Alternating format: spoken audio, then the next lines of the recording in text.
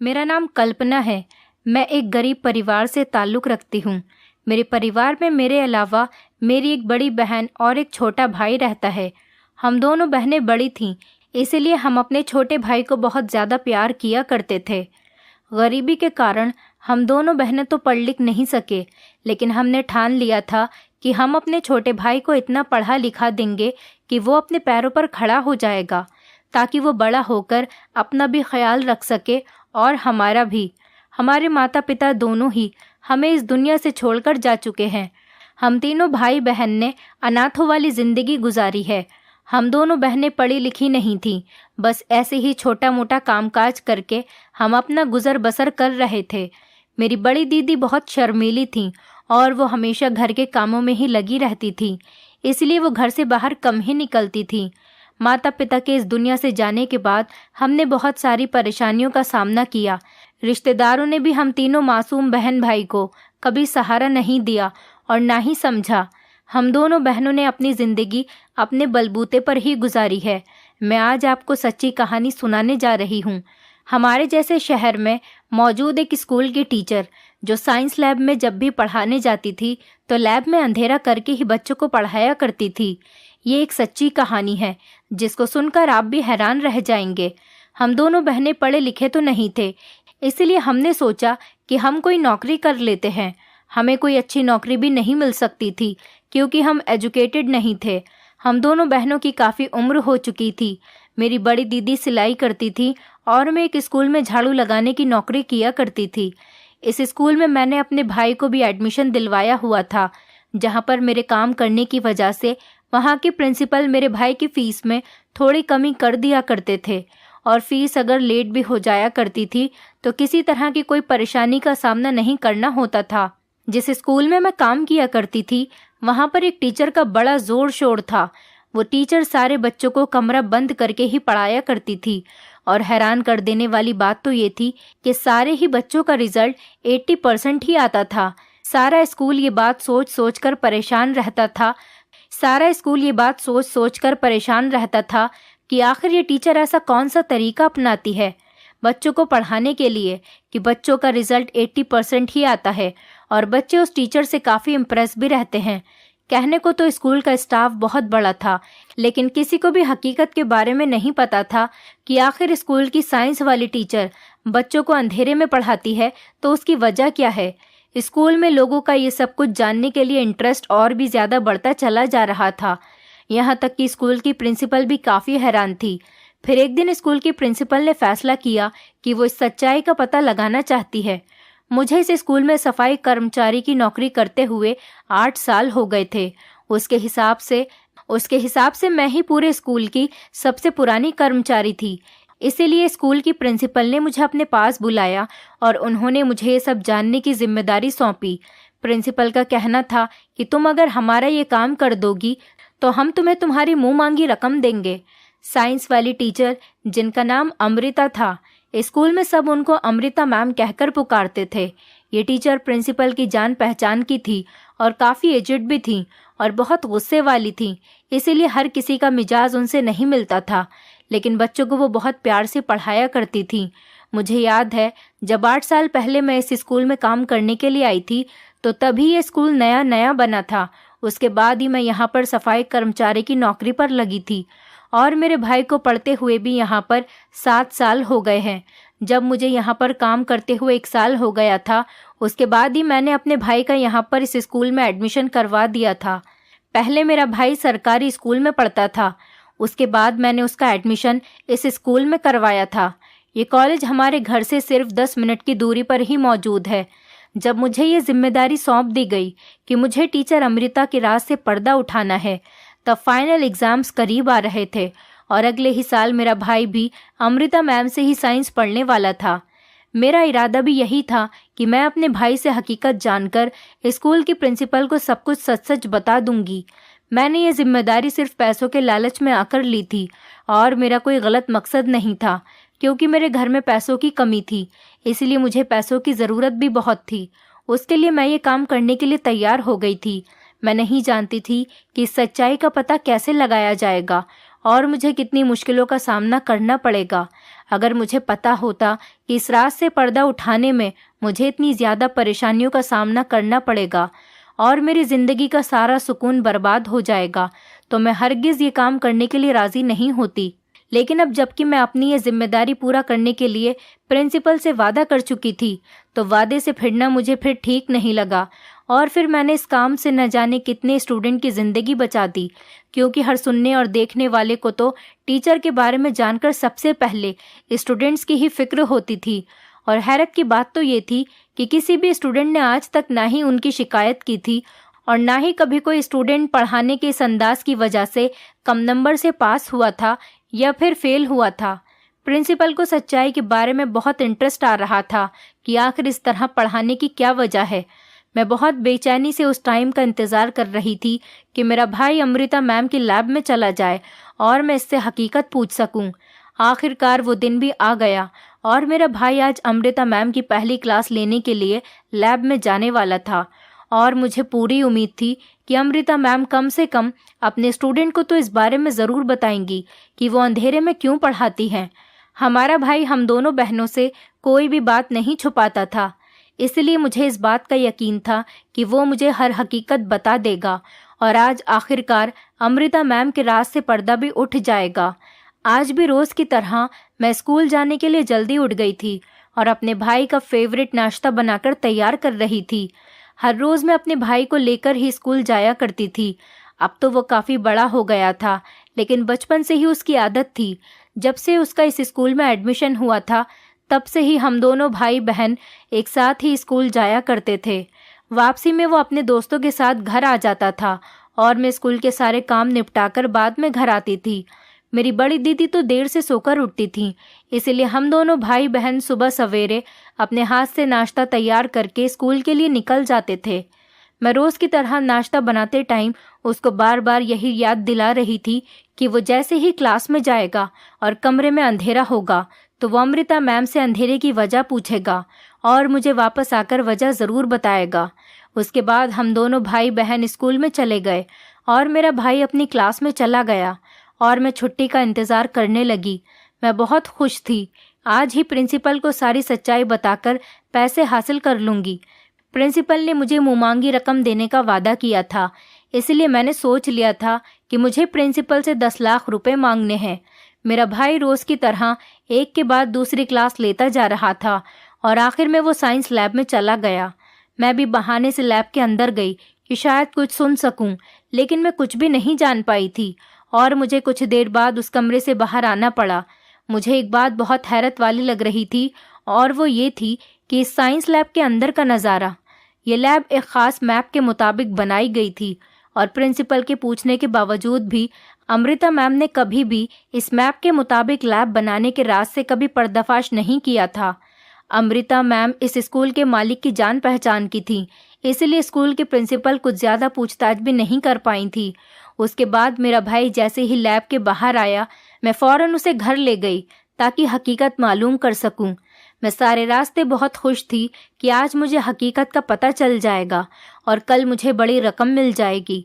लेकिन घर पहुंचते ही मेरी खुशी तब गायब हुई जब मेरे भाई ने मुझे कुछ भी बताने से इनकार कर दिया और वो यही कह रहा था कि हमें इसी तरह पढ़कर समझ आ रहा था और हमें अमृता मैम के इस तरह पढ़ाने का ये अंदाज़ बहुत पसंद आया और उन्होंने हमें अंधेरे में ही पढ़ाया। अब मैं उससे और कोई भी डिटेल लेना चाहती तो वो सामने से खामोशी हो जाता था, कुछ भी बताने के लिए तैयार ही नहीं था। सारा दिन बार बार मैं उससे किसी न किसी बहाने से पूछती रही, लेकिन उसकी खामोशी नहीं टूटी। मेरी बड़ी बहन ने भी उससे पूछने की काफ़ी कोशिश की तो वो चुप ही रहा। अब मुझे बहुत परेशानी होने लगी थी कि कल मैं प्रिंसिपल को क्या जवाब दूंगी, क्योंकि वो तो कल मुझसे अमृता मैम की असलियत के बारे में ज़रूर पूछेंगी। न चाहते हुए भी अगले दिन मुझे स्कूल जाना पड़ा और जैसी उम्मीद थी मुझे वैसा ही हुआ। मेरे स्कूल जाते ही स्कूल के प्रिंसिपल ने मुझे अपने ऑफिस में बुलाया। मैं वहाँ पर गई और सारी हकीकत बताकर उनसे थोड़ा सा और टाइम मांगा ताकि मैं असलियत सबके सामने ला सकूं। उन्होंने कुछ भी बिना सोचे समझे मुझे थोड़ा और वक्त दे दिया। मैं काम करते हुए सोचती रही कि मैं आखिर किस तरह से असलियत का पता लगा सकूं। मैं सोचते हुए अमृता मैम के ऑफिस की सफाई कर रही थी। तब अमृता मैम के पास किसी का फ़ोन आया और वो फ़ोन पर बात करने लगी। मैंने आज से पहले उन्हें कभी भी किसी से फ़ोन पर इतनी लंबी बात करते हुए नहीं देखा था और ना कभी किसी से बातचीत करते हुए उन्हें इतना खुश देखा था। मैंने जानबूझकर अपने काम की रफ्तार कम कर दी और कान लगाकर मैं उनकी सारी बातें सुनना चाहती थी कि आखिर वो किससे बात कर रही हैं, और फिर शायद मुझे उनके राज से पर्दा उठाने का कोई सबूत या रास्ता मिल जाए। फिर वही हुआ जो मैं चाहती थी और मुझे उनके फ़ोन पर बात करने की वजह से एक बेहतरीन रास्ता दिखाई दिया जिसकी मदद से मैं अमृता मैम की असलियत सामने ला सकती थी। ऐसा समझो कि उसकी कमज़ोरी मेरे हाथ में आ गई थी। अमृता मैम किसी से फ़ोन पर बातें करने में इतनी मगन थी कि उनका मुझ पर से ध्यान हट गया था और वो खुलकर फ़ोन पर बात कर रही थी। अमृता मैम ने कॉल पर बात करते हुए उस इंसान से कहा कि तुम्हें तो पता है मैं अपने दोस्तों के अलावा किसी से अपनी बातें शेयर नहीं करती हूँ। जब से मेरे पति की मौत हुई है तब से तो तुम्हारे अलावा किसी और से बात नहीं होती, क्योंकि सब दोस्त किसी न किसी मतलब के लिए मेरे साथ थे, लेकिन एक तुम ही तो हो जो इतने सालों से मेरे कांटेक्ट में हो और बिना किसी मतलब के मुझसे बात करती हो। फिर कुछ देर बाद दूसरी तरफ की बात सुनने के बाद अमृता मैम हंसते हुए कहने लगी कि हाँ, तभी तो लैब का राज सिर्फ तुम ही को मालूम है। ये राज तो मेरे पति को भी नहीं पता था, लेकिन तुम इतनी अच्छी दोस्त हो कि तुम्हारा हक बनता है कि मैं तुमसे अपनी हर पर्सनल बात शेयर किया करूं। ये सुनकर तो मैं चौंक गई थी कि इस राज के बारे में अमृता मैम के अलावा भी किसी को अगर पता था तो वो थी उनकी दोस्त। अब जो प्लान मेरे दिमाग में आया उस पर फोकस करने के लिए मुझे कुछ वक्त चाहिए था, लेकिन मुझे यकीन था कि मैं इस तरीके से ज़रूर कामयाब हो जाऊंगी। सारी बातें मैं सुन चुकी थी। थोड़ी देर बाद ही अमृता मैम ने अपना फ़ोन बंद कर दिया था। उसके बाद मैं फ़ौरन ही स्कूल से घर चली गई और अपनी बहन को जाकर सारी बात बता दी। मैंने अपनी बहन को इस प्लान के बारे में सब कुछ बता दिया और कहा, तुम ऐसा करो, कल जब अमृता मैम स्कूल से अपने घर जाएंगी तो तुम मेरे स्कूल के बाहर आ जाना और किसी बहाने से अमृता मैम से बातचीत शुरू कर देना। इस तरह तुम उनके सामने बार बार आती रहना और 1 महीने बाद ही तुम उनकी अच्छी दोस्त बन जाओगी, जिससे वो अपना ये राज तुम्हें आसानी से बता देंगी। पहले मेरी बहन मुझे चौंक कर देखने लगी कि जो बात किसी को इतने साल में नहीं पता चल सकी वो 1 महीने में उनको कैसे पता चल जाएगी। लेकिन फिर मैंने उन्हें आज की सुनी हुई सारी बात बता दी कि अमृता मैम अपने दोस्तों से सारी बातें शेयर करती हैं और जब से उनके पति की मौत हुई है उसके बाद से तो वो अपने सारे दोस्तों को ख़ास तौर पर अपनी सारी बातें बताती हैं। मेरी बहन इस काम के लिए राज़ी हो गई थी और सारा दिन हम अलग अलग तरीके से सोचते रहते थे कि किस तरह से मेरी बहन अमृता मैम के सामने आए और उनका भरोसा जल्द से जल्द हासिल कर ले। अगले दिन प्लान के मुताबिक मेरी बहन स्कूल से कुछ दूरी पर ही खड़ी हो गई थी। जैसे ही स्कूल की छुट्टी हुई और कुछ देर बाद अमृता मैम अपने घर जाने के लिए स्कूल से बाहर निकली और वो रिक्शा में अपने घर जाने के लिए बैठ गई। मेरी बहन ने उनका पीछा किया और प्लान के मुताबिक मेरी बहन ने उनके घर पहुंचते ही उनसे बातचीत करने की कोशिश की। मेरी बहन ने पहले तो किसी अनजान इंसान का बहाना बनाकर उनसे उस इंसान का एड्रेस पूछा। अमृता मैम अपने घर के दरवाजे पर ही खड़ी हुई थी। उन्होंने कहा कि उन्हें इस एड्रेस के बारे में नहीं पता ये कौन है और कहाँ पर रहता है। वो ये कहते हुए अपने घर का लॉक खोलने लगी। मेरी बहन ने कहा कि ये मेरे किसी रिश्तेदार का घर है, मैं यहाँ पर अनजान हूँ, इसीलिए अपने रिश्तेदार का घर तलाश कर रही हूँ। मुझे उनका घर नहीं मिल पा रहा, मैं बहुत परेशान हो रही हूँ। मैं इस शहर में किसी को नहीं जानती। अपने रिश्तेदार का नंबर ट्राई करने की कोशिश कर रही हूँ, लेकिन नंबर नहीं लग पा रहा। थोड़ी देर पहले जब मेरी अपने रिश्तेदार से बात हुई थी तो उन्होंने मुझे इसी घर का एड्रेस दिया था, इसीलिए मैं यहाँ आकर खड़ी हो गई हूँ। अब मुझे उनका थोड़ी देर वेट करना होगा। उन्होंने कहा था कि वो मुझे 2 घंटे बाद आकर यहाँ इस घर के पास से ले जाएंगे। गर्मी बहुत तेज़ है और बाहर धूप भी बहुत ज़्यादा है। अब शायद मुझे यहीं आपके दरवाजे पर खड़े होकर ही इंतज़ार करना होगा। अमृता मैम कहने लगी, अगर आप चाहो तो मेरे घर में बैठकर इंतज़ार कर सकती हो। मेरी बहन ने उनको थैंक यू बोला और उनके घर के अंदर चली गई। अमृता मैम ने उन्हें बहुत इज्जत के साथ सोफे पर बैठने के लिए कहा। उसके बाद उन दोनों में बातचीत का सिलसिला शुरू होने लगा। अमृता मैम ने मेरी बहन से उनके बारे में पूछने की कोशिश की। मेरी बहन ने बताया कि मैं यहाँ इस शहर में पहली बार आई हूँ, यहाँ पर मेरे रिश्तेदार रहते हैं। मैं उनसे मिलने के लिए आई हूँ। हमारे माँ बाप तो इस दुनिया में नहीं हैं, इसलिए हम अपने रिश्तेदारों से काफ़ी अच्छे ताल्लुकात रखते हैं। हमेशा फ़ोन पर बात होती रहती है, लेकिन पहली बार उन्होंने मुझे अपने पास बुलाया था। थोड़ी ही देर में वो मुझे यहाँ से आकर ले जाएंगे। अमृता मैम भी उसकी बात सुनकर एग्री हो गई थी। फिर मेरी बहन ने अमृता मैम से उनके बारे में पूछा कि आप क्या करती हो। उन्होंने बताया कि वो एक टीचर हैं और वो स्कूल में टीचिंग करती हैं।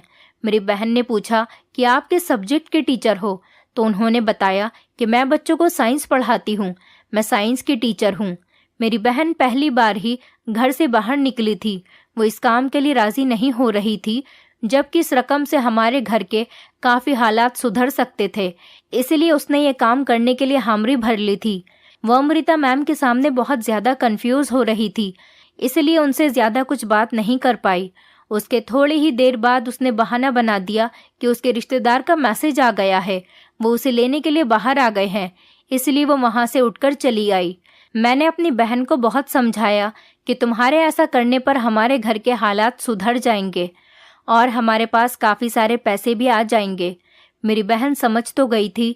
अगले दिन जब फिर से अमृता मैम स्कूल से बाहर निकली तो मेरी बहन ने उनका दोबारा से पीछा किया, और जब अमृता मैम अपने घर जाने के लिए रिक्शा में बैठी और जब अपने घर जाने के बाद रिक्शा से उतरी तो उनके पास खुले हुए पैसे नहीं थे। वो इधर उधर किसी से पैसे चेंज करने की तलाश कर रही थी। तभी मौके पर मेरी बहन ने जाकर रिक्शे वाले को पैसे दे दिए। अमृता मैम ने मेरी बहन को शुक्रिया कहा और वो ज़बरदस्ती मेरी बहन को पैसे देने लगी। मेरी बहन ने कहा कि जब भी कभी आपके पास चेंज हो तब दे देना। अमृता मैम ने मेरी बहन से पूछा कि क्या तुम्हें तुम्हारे रिश्तेदारों का घर मिल गया। मेरी बहन ने कहा कि हाँ, मैं अपने मामा के यहाँ पर इसी शहर में ठहरी हुई हूँ, अभी यहाँ पर कुछ दिन और रुकूंगी। इसी तरह से उन दोनों के बीच बातचीत का सिलसिला बढ़ने लगा। अमृता मैम आज फिर मेरी बहन को अपने घर ले गईं और दोनों ने आपस में बैठकर खूब सारी बातचीत की। उसी दौरान मेरी बहन ने कहा कि आप मुझसे उम्र में बड़ी हैं, लेकिन इस शहर में मैं अपने मामा के अलावा किसी को नहीं जानती। यहाँ आते ही मेरी पहली मुलाकात आपसे हुई थी, इसलिए मुझे आपसे बात करना बहुत अच्छा लगा। क्या हम दोनों आपस में एक दूसरे के दोस्त बन सकते हैं? अमृता मैम मुस्कुराकर कहने लगी, वैसे तो मेरे काफ़ी सारे दोस्त हैं, लेकिन तुम तो मेरी बेटी जैसी हो। हाँ, मैं तुम्हें अपनी दोस्त बना सकती हूँ, क्योंकि रिश्तों में फ़र्क आ जाता है, लेकिन दोस्तों में कभी फ़र्क नहीं आता। इसी तरह से ये दोनों आपस में रोज़ किसी न किसी बहाने से मिलने लगी। अमृता मैम मेरी बहन से काफ़ी इम्प्रेस हुई थी। अब हर दूसरे तीसरे दिन मेरी बहन बहाने बहाने से उनके घर जाती रहती थी। उन दोनों के बीच अच्छी बातचीत शुरू हो गई थी। एक दिन मेरी बहन ने बहाने से अमृता मैम से कहा कि मेरे मामा का बेटा इसी शहर के एक स्कूल में पढ़ता है, जहाँ पर स्कूल की टीचर क्लास में अंधेरा करने के बाद ही बच्चों को पढ़ाती है। साथ ही मेरी बहन ने उनसे पूछा कि आपका क्या ख्याल है, आखिर वो ऐसा क्यों करती होगी?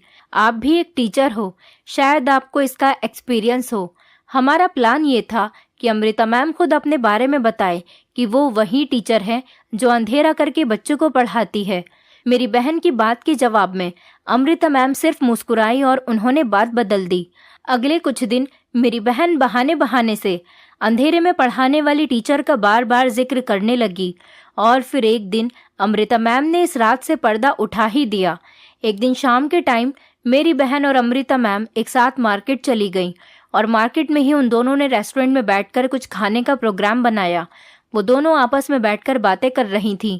तभी अचानक अमृता मैम ने कहा कि क्या मैं तुम्हें उस अंधेरे में पढ़ाने वाली बात के बारे में बताऊं? मेरी बहन ये बात सुनकर बहुत खुश हुई कि आखिर इतनी मेहनत के बाद आज रात से पर्दा उठने ही वाला था, क्योंकि उन्होंने कहा कि हाँ, मैं इसके बारे में जानना चाहती हूँ। तो अमृता मैम कहने लगी कि दरअसल मैं ही वो टीचर हूँ जिसके पास तुम्हारे मामा का बेटा पढ़ता है। हालांकि मेरी बहन ये बात जानती थी, लेकिन उसने इस बात को सुनकर हैरानी वाले रिएक्शन दिए। फिर अमृता मैम कहने लगी कि दरअसल जब ये स्कूल बना था, जो स्कूल के ओनर हैं वो मेरे रिश्तेदार भी थे। मैंने उनसे बात की कि हमें कुछ ऐसा करना चाहिए जिससे हमारा स्कूल फेमस हो जाए और सब इस स्कूल में आना चाहें। जाहिर है बाकी के जितने भी स्कूल हैं वो बहुत पुराने थे और उनका बहुत नाम था, इसलिए हम दोनों ने फैसला किया कि हम कुछ ऐसा अनोखा करेंगे। और फिर ओनर ने मुझे कॉलेज में हायर कर लिया।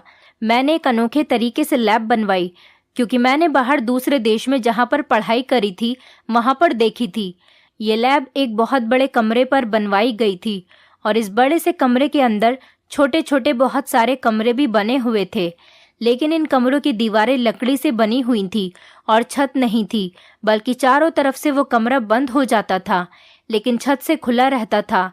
इस बड़े कमरे में ऐसे छोटे छोटे लगभग 8 कमरे थे और हर एक छोटे कमरे में लैब का हर ज़रूरी सामान मौजूद था। अमृता मैम ने बताया कि ऐसी लैब बनवाने का मकसद ये था कि ऐसी अनोखी लैब की वजह से लोग इससे इम्प्रेस होने लगेंगे, और कुछ लोग इम्प्रेस भी हुए थे और अगले कुछ ही सालों में काफ़ी एडमिशन हुए थे।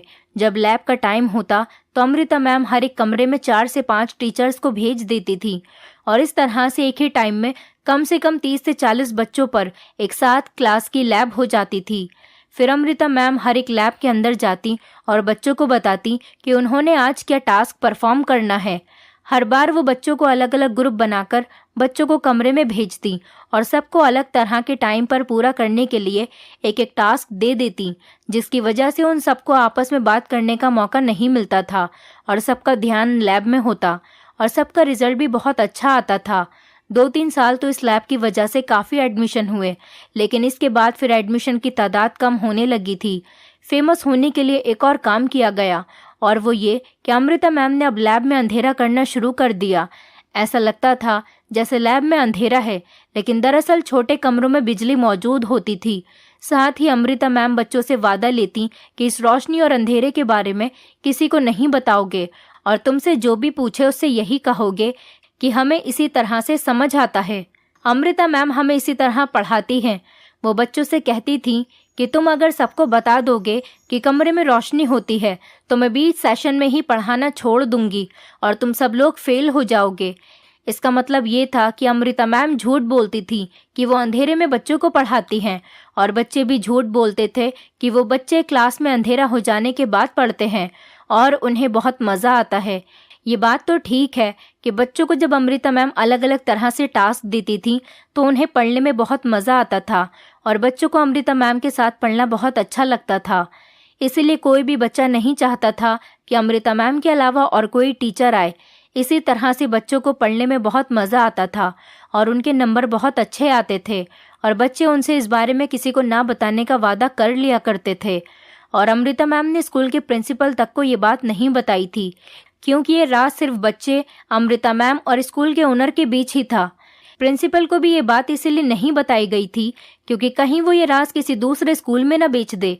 इसी तरह धीरे धीरे ये बात फैलना शुरू हो गई कि स्कूल की टीचर अंधेरे कमरे में पढ़ाती है और लोग हैरत के मारे अपने बच्चों को इस स्कूल में एडमिशन दिलवाते रहे ताकि असलियत जान सकें।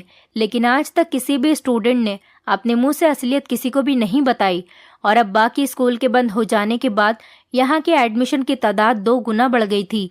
मेरी बहन ये जानकर दंग रह गई थी और उसके बाद वो बड़ी मुश्किल से घर पहुंची और आकर उसने मुझे सारी सच्चाई बताई। हम लोग हैरान रह गए थे कि सिर्फ फेमस होने के लिए कोई ऐसा कैसे कर सकता है कि बच्चों से वादा ले और उन्हें ना पढ़ाने की धमकी दे और उन्हें सच्चाई बताने से रोके। खैर, मैं अगले दिन स्कूल गई और प्रिंसिपल को सारी सच्चाई बता दी थी। तब मुझे पता चला कि स्कूल की प्रिंसिपल ने ये सब बात जानने का जिम्मा मुझे नए हेड की वजह से दिया था। स्कूल के ऑनर की मौत हो चुकी थी जिन्होंने अमृता मैम का साथ दिया था और नए ओनर इस बारे में जानना चाहते थे, इसीलिए उन्होंने मुझे ये जिम्मेदारी दी थी। मेरे सिवा ये काम कोई नहीं कर सकता था क्योंकि सफाई करने के लिए सारे क्लासेस में जाने की परमिशन सिर्फ मुझे ही थी। उसी दिन प्रिंसिपल ने मुझे 10 लाख रुपए का चेक दे दिया था और उन्होंने मेरा बहुत शुक्रिया अदा किया और अब मुझे लगा कि मेरी ज़िंदगी थोड़ी आसान हो जाएगी। लेकिन उसके बाद मेरे साथ एक ऐसा हादसा हुआ, इसके बारे में मैंने कभी सोचा भी नहीं था। वो दिन तो जैसे तैसे गुजर गया था, लेकिन जब अगले दिन मैं स्कूल गई तो वापसी में मेरा भाई खामोश था। मैं उससे बात करने की कोशिश करती रही, लेकिन वो मुझसे बात नहीं कर रहा था। उसका मूड कुछ बदला बदला सा लग रहा था। मैंने और मेरी बहन ने उससे बात करने की काफ़ी कोशिश की, लेकिन वो हम दोनों बहनों से ही नाराज़ हो गया था। हमें लगा शायद वो थक गया है, थकान की वजह से खामोश है। लेकिन जब रात तक वो ऐसे ही खामोश रहा तो मैंने और मेरी बहन ने उससे पूछा कि आखिर तुम्हें क्या हुआ है, तुम हम दोनों से बात क्यों नहीं कर रहे हो। तब उसने शिकायत के अंदाज में जो हकीकत हमें बताई, उसको सुनकर तो हमारे सर पर आसमान ही टूट पड़ा था। उसने कहा कि कल स्कूल की प्रिंसिपल ने अमृता मैम से बात करके उन्हें शाबाशी दी थी कि उनकी वजह से स्कूल का कितना नाम हुआ है। अब अमृता मैम नॉर्मल तरीके से पढ़ाएंगी, क्योंकि अब हर साल काफ़ी एडमिशन होते हैं और वो एडमिशन अब किसी पूछताछ की वजह से नहीं, बल्कि इसलिए होते हैं कि स्कूल में पढ़ाई बहुत अच्छी तरह से होती है। तब अमृता मैम को बहुत धक्का लगा कि आखिर उनका वादा किसने तोड़ा और उनका राज किसने प्रिंसिपल को बता दिया। तब उन्होंने प्रिंसिपल से पूछा और प्रिंसिपल ने बता दिया कि हमें यह हकीकत स्कूल की सफाई कर्मचारी कल्पना ने बताई है, क्योंकि उन्हें तो नहीं पता था कि मैंने किस तरह से हकीकत का पता लगाया है, और शायद ये भी नहीं जानती होगी कि मेरा भाई उसी क्लास में पढ़ता है। लेकिन अमृता मैम को ये बात अच्छी तरह मालूम थी कि मेरा भाई उनकी क्लास में पढ़ता है। उसके बाद उनको मेरे भाई पर शक हो गया कि इसी ने मेरा वादा तोड़ा होगा और इसने ही अपनी बहन को इस राज के बारे में बताया होगा। इसके बाद इसकी बहन ने प्रिंसिपल को सारी सच्चाई बता दी। उन्होंने मेरे भाई से कहा कि तुमने वादा तोड़ा है, इसलिए अब मैं तुम्हें अपनी क्लास में नहीं पढ़ाऊंगी, चाहे तुम फेल ही क्यों ना हो जाओ। इसलिए मेरा भाई इस कदर उदास था, क्योंकि साइंस उसे कुछ खास पसंद नहीं थी, लेकिन अमृता मैम के पढ़ाने के अंदाज से उसको सब कुछ समझ आ रहा था। उसको डर था कि अब वो फेल हो जाएगा, और वो इसी बात का गुस्सा हम दोनों बहनों पर निकाल रहा था। मुझे प्रिंसिपल पर बहुत गुस्सा आ रहा था। उन्होंने मेरा नाम इस्तेमाल किया था। अगले दिन मैंने प्रिंसिपल को इस बारे में बताया तो उन्होंने मुझसे कहा कि उन्हें अंदाज़ा नहीं था कि तुम्हारा भाई भी उसी क्लास का स्टूडेंट है और उसे इस तरह का नुकसान उठाना पड़ेगा। लेकिन उन्होंने कहा कि वो अमृता मैम से इस बारे में ज़रूर बात करेंगी। उन्होंने अमृता मैम को बुलाकर उनसे बात की तो उनको गुस्सा आ गया और वो कहने लगी कि जब एक बच्चे ने भरोसा तोड़ा है तो उसे सज़ा मिलनी ही चाहिए, वरना वो रिज़ाइन दे देंगी। उस टाइम उनका स्कूल छोड़कर जाना तो प्रिंसिपल अफोर्ड नहीं कर सकती थी, इसीलिए उन्होंने इस मामले में अपने हाथ खड़े कर लिए, क्योंकि वो एक बच्चे के फ्यूचर के लिए सारे स्कूल के बच्चों का फ्यूचर दांव पर नहीं लगा सकती थी। मैं बहुत परेशान हो गई थी कि अब क्या होगा। स्कूल ख़त्म होने के बाद हम घर पर गए तो मैंने अपनी बहन को सब कुछ सच सच बता दिया। मेरी बहन ने कहा कि हमें अमृता मैम को सारी सच्चाई बता देनी चाहिए, फिर शायद हमारे भाई का फ्यूचर तबाह न हो। उसी दिन शाम के टाइम हम दोनों बहनें अमृता मैम के घर चले गए। मुझे अपनी दोस्त के साथ देखकर अमृता मैम हैरान रह गई थी, और जब उन्हें पता चला कि ये मेरी बहन है तो उनकी आंखें फटी की फटी रह गई थी। मेरी बहन ने धीरे धीरे हम दोनों के प्लान के बारे में उनको सब कुछ बता दिया, ताकि वो इसका कसूरवार हमारे भाई को न समझें, क्योंकि इसमें हमारे भाई की कोई गलती नहीं थी, बल्कि उसने आपका कोई वादा नहीं तोड़ा था। हम ये सच्चाई जानना चाहते थे, इसलिए हमें ये सब कुछ करना पड़ा। पर अमृता मैम ये सब सुनकर सदमे की हालत में आ गई थी, और फिर वो कहने लगी कि पहले तो शायद मैं इस बच्चे को माफ़ कर देती, लेकिन अब तुम दोनों को माफ़ नहीं करूँगी, और तुम दोनों की गलती की सज़ा तुम्हारे भाई को मिलकर ही रहेगी, क्योंकि तुमने मेरा राज फाश कर दिया और मेरा दोस्ती पर से भी यकीन तोड़ दिया। मेरी बहन ने उन्हें समझाने की बहुत कोशिश की, लेकिन वो नहीं मानी। मजबूरन हमें उनके घर से वापस आना पड़ा। 1 हफ्ते तक हमारा भाई बहुत परेशान रहा, लेकिन 1 हफ्ते बाद अचानक ही एक दिन वो बहुत खुश होकर स्कूल से घर आया और उसने बताया कि आज अमृता मैम ने मुझे न सिर्फ लैब में बुलाया, बल्कि कुछ नया पढ़ाने के बजाय इस हफ्ते मेरे बिना जो भी क्लासेस हुई थी वो चीज़ें दोबारा से करवाईं, और आज उन्होंने लैब में अंधेरा भी नहीं किया, और सबसे माफ़ी मांगी कि उन्होंने बच्चों से वादा लिया और हमसे कहा कि अब तुम लोगों को किसी से भी कुछ भी छुपाने की ज़रूरत नहीं। मैं ये सुनकर बहुत हैरान हुई थी। ये सारी बातें मेरी बहन भी सुन रही थी, लेकिन वो ये सब कुछ सुनकर हैरान होने के बजाय मुस्कुरा रही थी। मुझे बड़ी हैरत हुई और मैंने उनसे कहा कि वो मुस्कुरा क्यों रही हैं। तब उन्होंने बताया कि अमृता मैम के घर से आकर 2 दिन बाद उन्हें याद आया कि एक बार अमृता मैम ने उनके फ़ोन से अपने किसी पुराने दोस्त को फ़ोन किया था और बताया था कि जिसे उन्होंने फ़ोन पर बात की है वो उनकी अकेली ऐसी दोस्त है जिसको वो सबसे ज़्यादा अहमियत देती है, और उन्हें भी लैब का राज पता है। तो मेरी बहन ने वो नंबर ढूंढकर उनके दोस्त से बात की और उनको अमृता मैम की हकीकत से आगाह किया, और उनसे रिक्वेस्ट की कि वो मैम को समझाएं कि इस तरह से किसी बच्चे का फ्यूचर तबाह न करें, जबकि उसकी कोई गलती भी नहीं। ये ठीक नहीं है जो उसके साथ किया जा रहा है। उनकी दोस्त ने अमृता मैम को समझाया कि अगर हमारी गलती थी कि उनसे दोस्ती के नाम पर रास जाना, तो उनकी भी गलती थी कि फेमस होने की खातिर इतने साल से इतने बच्चों से वादा लेती आई थी और उन्हें मजबूर किया था कि वो अपने माँ बाप से हकीकत छुपाएं, और उन्हें न पढ़ाने की धमकी देना भी ठीक नहीं था। उनकी दोस्त ने अमृता मैम से पर्सनली बात की। उन्हें क्या बात की ये तो हमें नहीं पता, लेकिन उस कॉल की वजह से अमृता मैम को अपनी गलती का एहसास हो गया था और उन्होंने हमारे भाई को वापस क्लास में बुला लिया था। हम भी जानते थे कि लालच में किसी का राज पता करना और उसे फाश कर देना ठीक नहीं, इसलिए हमने भी उनसे माफ़ी मांग ली और मेरी बहन और अमृता मैम की दोस्ती फिर से हो गई। लालच बुरी बला है, ये बात तो बिल्कुल ठीक है, लेकिन हमने अपने ही हालात को सुधारने के लिए इस राज का पता करना चाहा था। आखिरकार हम दोनों बहनों का फ्यूचर खराब होता जा रहा था, क्योंकि हम दोनों बहनों ने अपनी जवानी इन उल्टे सीधे कामों में ही खराब कर दी थी। अगर हमारे माँ बाप जिंदा होते तो हम कभी भी ये काम नहीं कर रहे होते। अब हमें अकेले ही इस दुनिया का सामना करना था। मेहनत करने के बाद भी हम दोनों अपनी ख्वाहिशों को पूरा नहीं कर पाते थे और फिर हमारे छोटे भाई की पढ़ाई का खर्चा भी हमारे ही ऊपर था। फिलहाल 10 लाख रुपए मिलने से हमारी बहुत सारी परेशानियां दूर हो गई हैं। हमारा भाई भी अब काफ़ी बड़ा हो गया है। अमृता मैम ने हमारे भाई को अच्छी शिक्षा दी है, बल्कि वो तो उसको अलग से ट्यूशन भी देती है। अब भाई को छोटी मोटी नौकरी भी मिल गई है, जिससे वो भी थोड़े बहुत पैसे कमाने लगा है। मेरी बहन ने उन पैसों से एक बुटीक खोल लिया।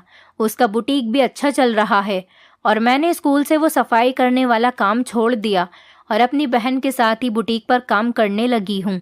अब हमारी ज़िंदगी अच्छे तरीके से गुजर रही है और हम अपनी ज़िंदगी में बहुत खुश हैं।